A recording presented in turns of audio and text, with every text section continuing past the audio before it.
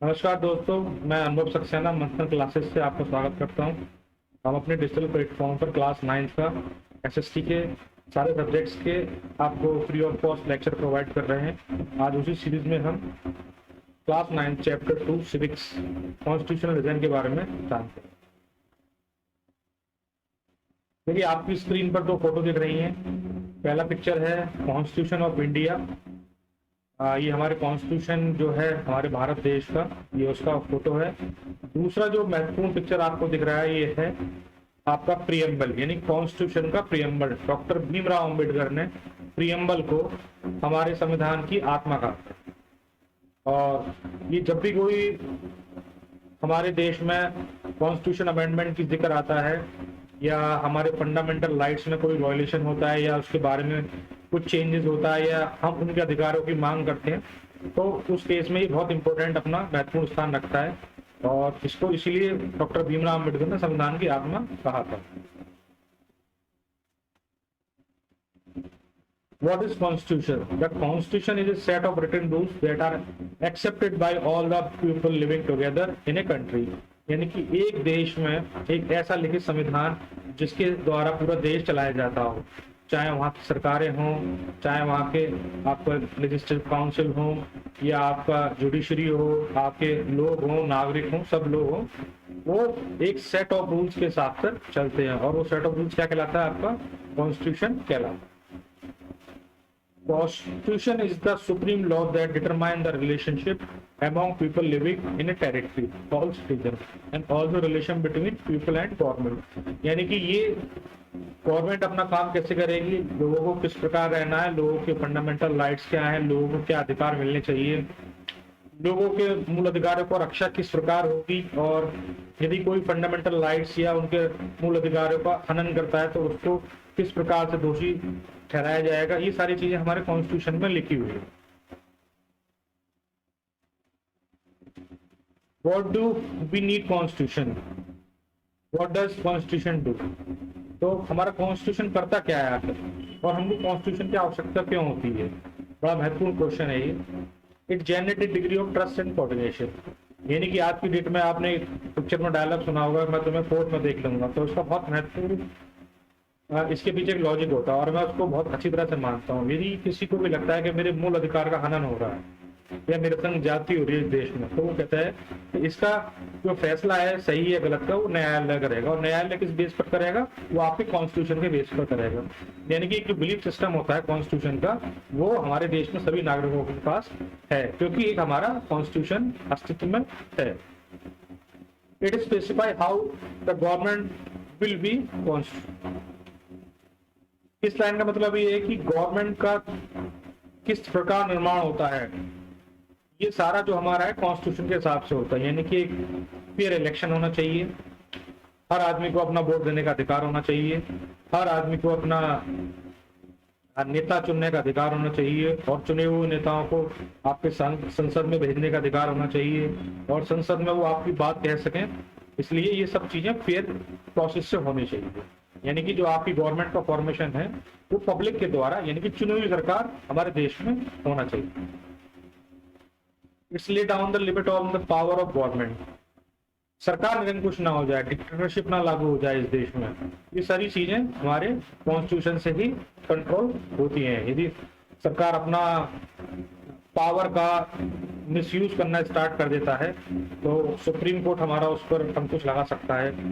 मैं आपको उसका एक करंट एग्जांपल दे सकता हूँ। जैसे मणिपुर में जो एक इंसिडेंट हुआ था, तो उस पर सुप्रीम कोर्ट का एक टिप्पणी आई थी, यदि केंद्र सरकार कुछ नहीं कर सकती है तो हमको कुछ करना पड़ेगा।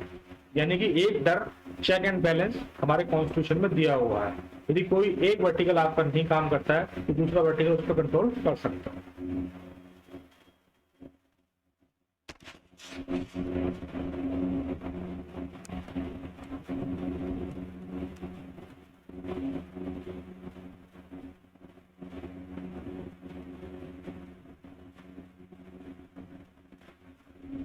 देखिए, आपके सामने एक मैप दिखाया जा रहा है अफ्रीका कॉन्टिनेंट का।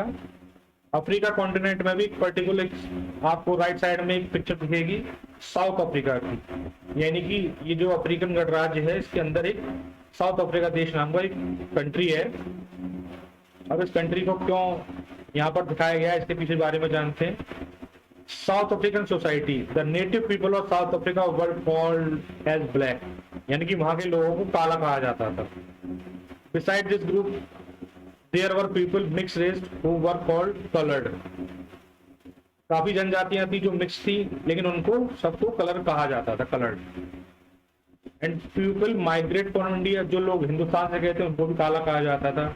यानी कि आप कह सकते हैं गोरे काले का वहां पर भेदभाव चल रहा था। An official policy of racial separation, discrimination and treatment of black on the basis of skin color were called apartheid. Apartheid का मतलब क्या था? अपार्थाइड का मतलब ये था कि लोगों का स्किन के कलर के हिसाब से, यानी गोरे के हिसाब से उनका अलग ट्रीटमेंट होता था, काले के हिसाब से उनका अलग ट्रीटमेंट हो जाता था, और जहां तक होता था वो काले लोगों के साथ काफी भेदभाव होता था। Apartheid system was particularly oppressive for the blacks, यानी कि ये काले लोगों के खिलाफ ज्यादा भेदभाव करता था और उनको गोरे लोगों के एरिया में जाने से भी रोका जाता था। The black color could work in white areas only if they had a permit, यानी काले लोग गोरे लोगों के एरिया में जब भी काम कर सकते थे जब उनके पास एक परमिट होना चाहिए। Train, buses, taxis, hotel, hospital, school, college, library, cinema hall, theatres, beaches, swimming pools, public toilet were all separate for the white and blacks, यानी कि काले और गोरे लोगों के लिए ये सारी चीजें अलग अलग व्यवस्था होती थी। यानी कि गोरा काले के टॉयलेट्स में नहीं जा सकते थे, और आपके गोरे तो छोड़ दीजिए, वो तो बिल्कुल नहीं जाना चाहेंगे। दिस वाज कॉल्ड सेग्रीगेशन, ये सेग्रीगेशन वहां पर कहा जाता है। इवन ये भी माना जाता है कि जो वहां पर चर्चेज होती थी वो भी अलग अलग हुआ करती थी। देखिए आपके स्क्रीन पर कुछ साइन बोर्ड है, इस तरह के साइन बोर्ड आपको नॉर्मल हर जगह पर देखने को मिल जाते थे, जैसे डेंजर का, और एक साइन बोर्ड आपके राइट साइड में है, ये काले लोगों की एंट्री के लिए आपको दर्शाते थे कि यहाँ पर काले लोगों का आना मना है। अब इसके खिलाफ एक युद्ध भी चला। देखिए कोई भी गलत चीज होती है वो काफी दिन तक नहीं रुकती है, उसके खिलाफ कभी ना कभी आवाज ही उठती है। तो fight against apartheid since 1915 the black, coloured and Indians, यानी कि जो कैटेगरी उन्होंने सेग्रीगेट कर रखी थी, fought against the apartheid system, इस सिस्टम के खिलाफ आवाज उठाते हैं। अफ्रीकन नेशनल कांग्रेस ANC एक पार्टी थी, was the umbrella organisation that led the struggle against the policy of segregation, यानी कि इस कलर भेदभाव नीति के अगेंस्ट जिसने आवाज उठाई थी वो ANC पार्टी थी। Several countries also denounced apartheid as unjust and racist, यानी कि काफी देशों ने भी इसको, इस सिस्टम को अनजस्टिफाई कहा और इसको रेसिस्ट द्वेष भावना से इसको पूर्ण बताया। But the white government continue to rule by detaining, torturing and killing black and colour people, लेकिन गोरे लोग नहीं मानते थे इन सब चीजों को और वो अपना अत्याचार जारी रखते थे।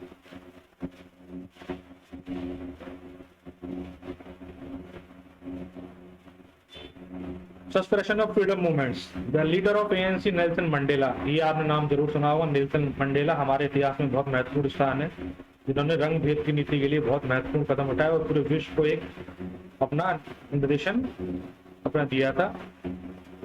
Being tried for treason by the white South African government, ANC के जो लीडर थे नेल्सन मंडेला को व्हाइट गवर्नमेंट ने उनको जेल में काफी टाइम तक डाला।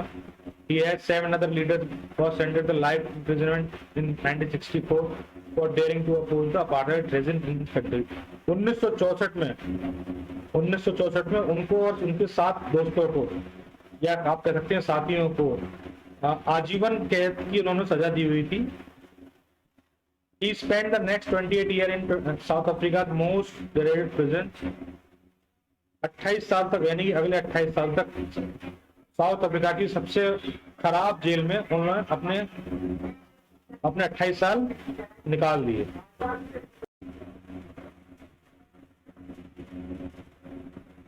ये नेल्सन मंडेला हैं, ANC के, इनका पिक्चर है और किस तरह से उनको जन सैलाब का समर्थन मिला था वो आप एक पिक्चर में देख सकते हैं। तो संघर्ष की शुरुआत कैसे हुई, संघर्ष कैसे हुआ, इस बारे में हम लोग डिस्कस करते हैं। As protest and struggle against apartheid had increased, the government realized that they could no longer keep the black under their rule through repression. यानी कि सफेद लोगों को जो उनका विरोध था और काफी हुजूम है, काफी बड़े देशव्यापी जो विरोध उत्पन्न हो रहा था, उससे लगता था गोरे लोगों के अब हम ये नीति ज्यादा देर तक सेग्रीगेशन वाली नहीं चला पाएंगे और इसका हमको कुछ ना कुछ करना पड़ेगा। The white regime change his policies, उन्होंने अपनी पॉलिसीज को चेंज किया। डिस्क्रिमिनेटरी लॉज को रिपील्ड किया, यानी कि खत्म किया। Political parties and restriction on the media were lifted, जो रिस्ट्रिक्शन मीडिया पर थे और पॉलिटिकल पार्टीज पे थे वो सब हटा लिए गए। रिलीज ऑफ नेल्सन मंडेला, 28 साल बाद उनको जेल से आजाद किया गया। 26 अप्रैल 1994 को एक national flag republic of South Africa was unfurled, making the newly born democracy in the world. The apartheid government came to the end. मतलब इस तरह से 1994 26 अप्रैल को पूरे देश में एक नया झंडा, स्वतंत्र झंडा लहराया गया और इस कुरीति को समाप्त किया गया। अब जब देश आजाद होता है तो एक संविधान की आवश्यकता होती है। उसी संविधान की आवश्यकता के अनुरूप after the emergence of new democratic South Africa, black leaders appeal to fellow black to forgive their white for the they had committed white in the power. यानी कि उन्होंने, काले लोगों ने अपील करी काले लोगों से ही कि देखिए जब जो भी गोरे लोगों ने हम पे अत्याचार करे हैं उसको उसके लिए माफ कर देना चाहिए। अब हम सबको एक साथ बिना किसी द्वेष भाव के एक साथ ये देश में रखना है, रहना चाहिए। तो मतलब उन्होंने अपना दिल बड़ा किया और गोरे लोगों को माफ करने की अपील लोगों से की। तो गोरों की और कालों की जो पार्टी थी, काफी लंबे नेगोशिएशन के बाद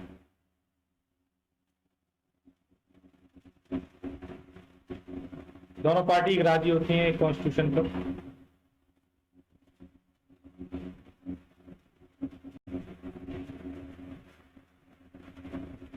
the principle of majority rule that 1 person and 1 vote, यानी कि एक व्यक्ति और एक वोट का सबको अधिकार मिल गया था। They also agreed to accept some basic rights for the poor people and the workers, यानी कि गरीब और मजदूरों के लिए उन्होंने कुछ आप कह सकते हैं एक तरह से कुछ आरक्षित चीजें, आरक्षण उनको प्रदान कर दिया गया था।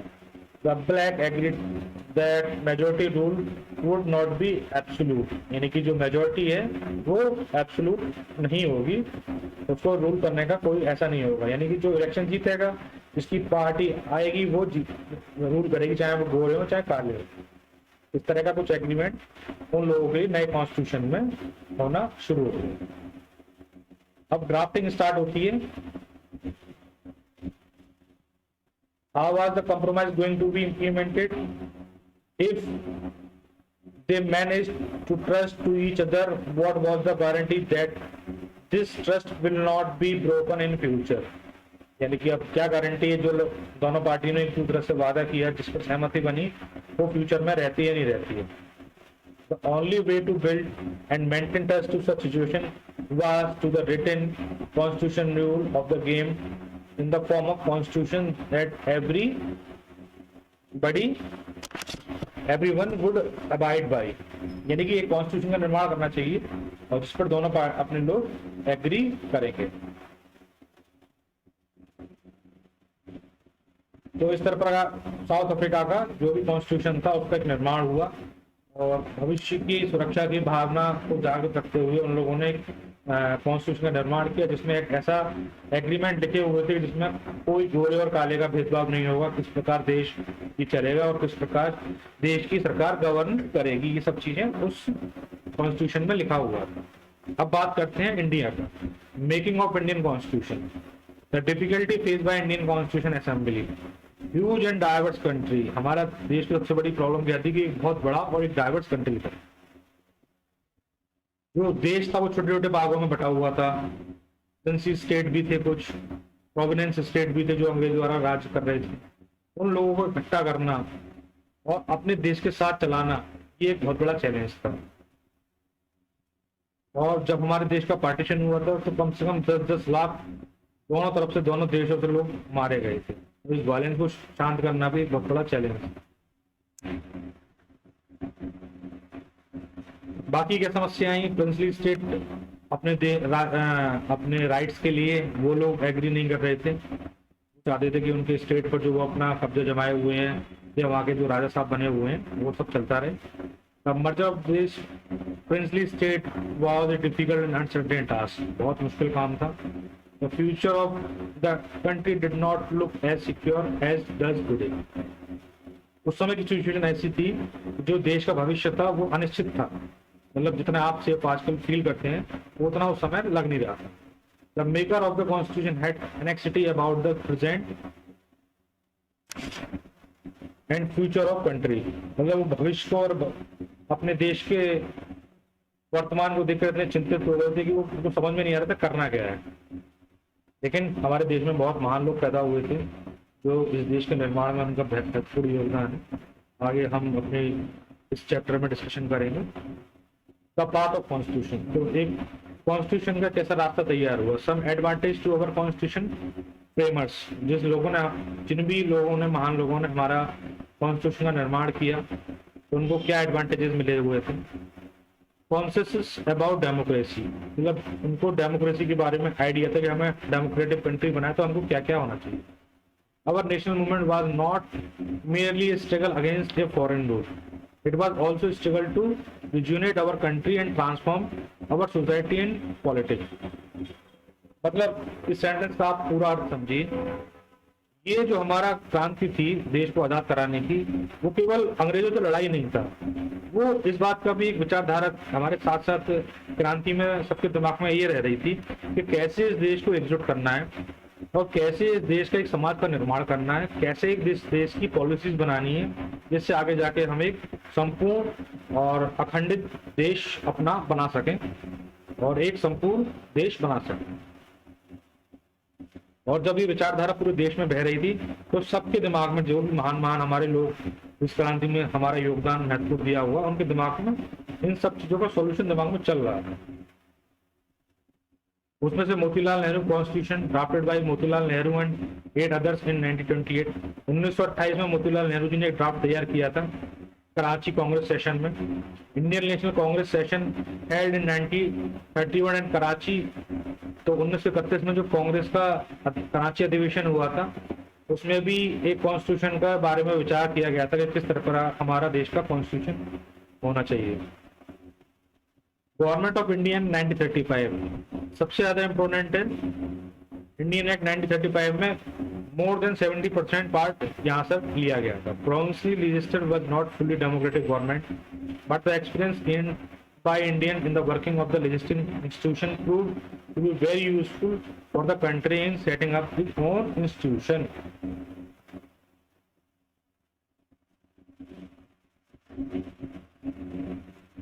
Inspiration by other countries constitution, जैसे आप हम पोलाइटी में पढ़ेंगे, सिविक्स में पढ़ेंगे कि कैसे हमारे जो कॉन्स्टिट्यूशन ड्राफ्टिंग जब हो रहा था तो बाकी देश के जो कॉन्स्टिट्यूशन के अच्छे अच्छे पार्ट थे, यानी कि जो सोर्स ऑफ इंस्पिरेशन थे, वो हम लोगों ने वहां से लिए हुए। तो इसके बारे में एक सेपरेट वीडियो बना देंगे हम। तो इंस्पिरेशन बाकी देशों से कैसे मिला? Inspiration by the idea of French revolution, the practice of the parliamentary democracy in Britain, the Bill of Rights in US, the Socialist Revolution in Russia, based on economic equality. Indian leader not simply by imitating what other had done. At each step they were questioning whether these things suited to our constitution. यानी कि बात ये थी कि जब भी इन देशों से हम कॉन्स्टिट्यूशन ले रहे थे या वहां से इंस्पायर हो रहे थे तो ऐसा नहीं था वहां से बस लेकर कॉपी पेस्ट कर रहे थे, नहीं, हर चीज को वहां पर उस पर एक प्रॉपर मीटिंग होती थी, एक डिबेट होता था और ये देखा जाता था कि वो हमारे समाज में फिट बैठता भी है या नहीं। फॉर्मेशन द कॉन्स्टिट्यूशन असेंबली, एक कॉन्स्टिट्यूशन असेंबली बनाई। Over the maker of the Indian constitution, the drafting of document called the constitution was done an assembly और elected representative called the constitution assembly. Election were held in July 1946. The first meeting was held in December 1946. Soon after, the country was divided into India and Pakistan. The Constitution Assembly was divided into Constituent Assembly of India and that of Pakistan. The Constituent Assembly that wrote the Indian Constitution had 299 members. 299 members थे. The Assembly adopted the Constitution of 26 November 1949 and it came into effect on 26 January of 1950. यानी कि हमारे जो assembly ने, constitution assembly ने अपने को स्वीकार किया था संविधान को, वो था 26 नवंबर 1949 और ये कब से लागू हुआ? 26 जनवरी 1950। To mark this day we celebrate 26 January as a Republic Day every year. 26 जनवरी को हमारा इसीलिए गणतंत्र दिवस मनाया जाता है। Acceptance the Constitution even after 50 years. The Constitution does not reflect the view of its member alone. It expresses a broad consensus of its time. Over the last half of century, several groups has questioned some provision of Constitution, but no large socialist group or political parties has ever questioned the legitimacy of the Constitution itself. यानी कुछ छोटे मोटे सवाल इस पर उठते रहे, लेकिन इस सबको और पूरे देश को ध्यान में रखकर इसका निर्माण किया गया था। जो बड़ा तबका था वो उसको बेनिफिट उसको मिलना चाहिए था और उसी बेनिफिट के मद्देनजर इसका निर्माण किया था। तो छोटी मोटी जो प्रॉब्लम्स थी उसको ओवरपास लोग करते गए। Constitutional Assembly represented the people of India. It was elected mainly by the member of the existing province legislature. They ensured a fair geographical share of members from all the region of the country. ऐसा नहीं था कि कुछ देश के कुछ भाग के लोग ही चुनकर असेंबली में आ गए थे और उन लोगों ने डेमोग्राफिकली या ज्योग्राफिकली इसको बनाया था। हर देश का हर पार्ट से एक रिप्रेजेंटेटिव आए हुए थे, वो चुने हुए प्रतिनिधि अपने नेता थे, उनको लोगों ने चुनकर भेजा था। तो इस प्रकार हर देश के हर भाग का ध्यान रखते हुए इस संविधान का निर्माण हुआ था।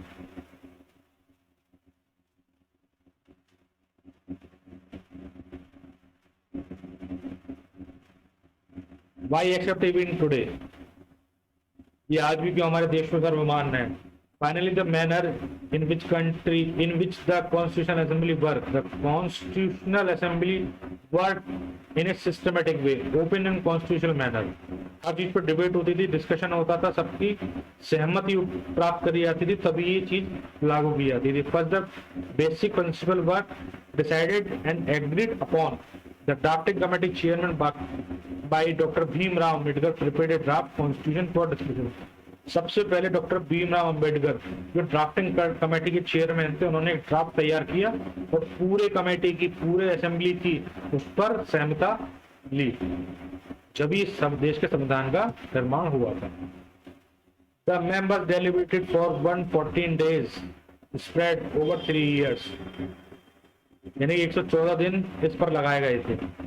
Every document presented and even word spoken in the Constitution Assembly has been recorded and preserved.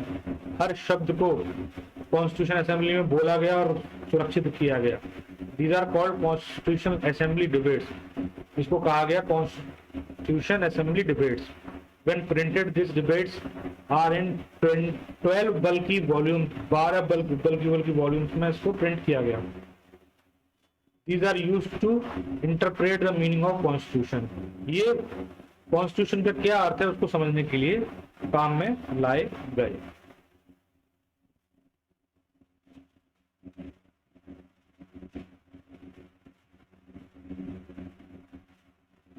The dream of promise of great leader. Many Indian great leader and freedom fighter often expressed their opinion and idea were also included. Example, Mahatma Gandhi was not a member of the Constitution Assembly. Mahatma Gandhi जो इस देश के सबसे बड़े नेता थे, उनका सबसे बड़ा योगदान रहा हमारे देश को स्वतंत्र कराने में, वो इस कॉन्स्टिट्यूशन असेंबली के मेंबर नहीं थे। वो अपने विचार व्यक्त करते थे, अपना राय देते थे, अपने मत देते थे। कॉन्स्टिट्यूशन असेंबली अपने हिसाब से उन मत को, उस राय को देश के सभी बड़े नेताओं से सुनती थी और उनको अमल में लाती थी। Year ago, writing the magazine Youth India in 1931, he had explained but what he wanted the constitution to do. आपकी स्क्रीन पर कुछ महान नेताओं के फोटो हैं, आप देख सकते हैं। Kanhaiyalal Manikant Munshi 1987 to 1971, born in Gujarat, advocate, historian, Congress leader and Gandhian, later minister to the Union Cabinet, founder of the Swatantra Party. Bhimrao Ambedkar, 1891 to 1956, born in Madhya Pradesh, chairman of the drafting committee, social revolutionary thinker and agitator against caste division and caste-based inequalities, later law minister in the first cabinet of post-independent India, founder of Republic Party of India. Shyama Prasad Mukherjee, 1901 to 1953, born West Bengal, minister for the industry and supply in the interim government, educationist and lawyer, active in Hindu Mahasabha, later founder president of Bharatiya Jansangh. Jawaharlal Nehru, 1889 to 1964, born in UP, prime minister of the interim government, lawyers and Congress leader, advocate of socialism, democracy and anti-imperialism, later first prime minister of India. Sarojini Naidu, born Andhra Pradesh, poet, writer and political activist, among the most women leaders in the Congress, later governor of UP. इस प्रकार वल्लभ भाई पटेल ने, मैं इनके highlight बता देता हूँ, जो कॉन्स्टिट्यूंसी स्टेट्स का जो देश में मिलाने का महत्वपूर्ण योगदान था वो इन्हीं महान आत्माओं के द्वारा था। Abdul Kalam Azad, born Saudi Arabia, educationist, author, theologist, scholar, Arabic, Congress leader, T.T. Krishnamachari, Rajendra Prasad, Jayapal Singh, इसी प्रकार जी दुर्गाबाई देशमुख, बलदेव सिंह, S.C. मुखर्जी, सोमनाथ लहरी, ये सभी महान लोग हैं।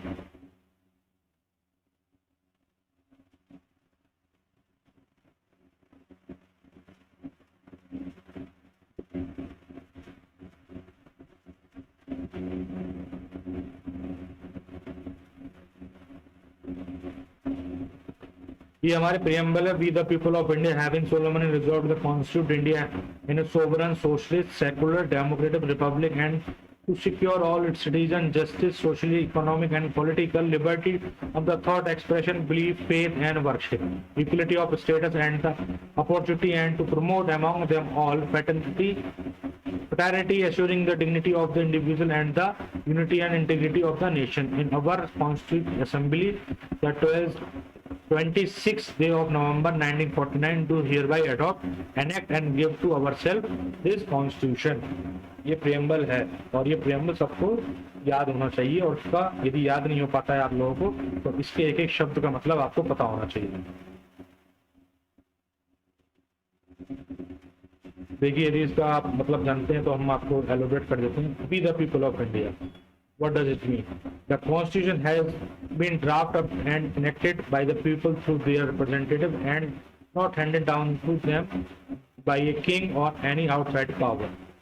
यानी कि ये जो भी बना था ये हमारे देश के लोगों के लिए था, हमारे देश के द्वारा था और हमारे देश के लिए था। Sovereign, people have supremacy right to make decision on internal as well as external matters. No external power can dictate the government of India. Sovereign यानी कि इस देश का नागरिक ही सारे हमारे देश के बारे में डिसीजन ले सकता है। हाँ जी, हाँ जाइए। Socialist, wealth is generated socially and should be shared equally by society. Government should regulate ownership of land and industry to reduce social economic inequalities, यानी कि सबका समान अधिकार। सेकुलर यानी कि सारे धर्मों का समान अधिकार इस देश पर। डेमोक्रेटिक फॉर्म ऑफ गवर्नमेंट यानी कि प्रजातंत्र। रिपब्लिक यानी कि गणतंत्र। जस्टिस, लिबर्टी, जस्टिस यानी कि सबको समान न्याय। लिबर्टी सबको समान अधिकार। इक्वलिटी सब समान, कानून के सामने सब समान। फ्रेटर्निटी भाईचारा इस देश में बहुत इंपॉर्टेंट। तो ये सब हमारी खूबियां रही हैं हमारे देश के गणतंत्र की। Can constitution be amended with the changing time? Those who draft any constitution felt that it has to be according with the people aspiration and change in society. They did not see it is a scared, static and unalterable law, so many provisions to incorporate changes time to time. These changes are called constitution amendment. तो constitution amendment क्या होता है कि जब भी हमारे देश में किसी संविधान को चेंज करने की आवश्यकता होती है समय के अनुसार या परिस्थितियों के अनुसार,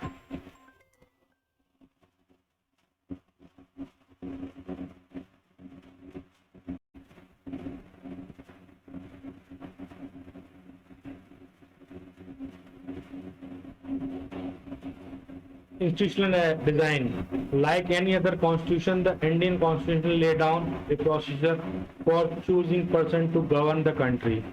यानी कि हमारे देश का या राज्य का नेतृत्व करने के लिए भी एक प्रोटोकॉल है, एक सेट ऑफ रूल्स है इंडियन कॉन्स्टिट्यूशन में, उसी के तहत सरकार का निर्माण होता है.